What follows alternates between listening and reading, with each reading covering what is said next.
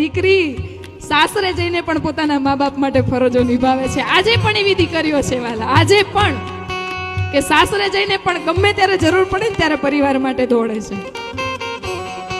અને બાપજી ઘણીવાર કહે કે જતા જતા બેન બે જ વસ્તુ માંગે છે ભાઈ પાસે કે ભાઈ મારા ઘરે કોઈ પ્રસંગ હોય તો તું આવીને ઊભો રહેજે, એનાથી વધારે કશું જોઈતું નથી. અને બીજું, પપ્પાની વેદના છે ને એ અંદર દબાવી રાખે છે. મમ્મી તો રોઈ લેશે, બાજુવાળા જોડે વાત કરી લેશે, એની બેનને ફોન કરીને મન હળવું કરી લેશે. પપ્પા કોઈને નહીં કહેવાલા, તું મારા પપ્પાનું થોડુંક ધ્યાન રાખજે, એમને ટાઈમે ટાઈમે દવા આપજે, એમને ટાઈમે ઓફિસથી આવે ને તો તું સામે બેસજે, એમની જોડે વાત કરજે, એમનું મન હળવું કરજે. દીકરી એના બાપના સ્વાસ્થ્ય સિવાય કશું જ માંગતી નથી કે મારો બાપ સારો છે ને બસ. અને આમાં એવું કીધું છે કે દીકરી તો લક્ષ્મીનો અવતાર છે વાલા, લક્ષ્મીનો અવતાર. દીકરીઓને એક વિનંતી કરું કે આ ઉપમા જે આપણને આપવામાં આવી છે ને, લક્ષ્મી ભગવતીનું એક અંશ કહેવાય.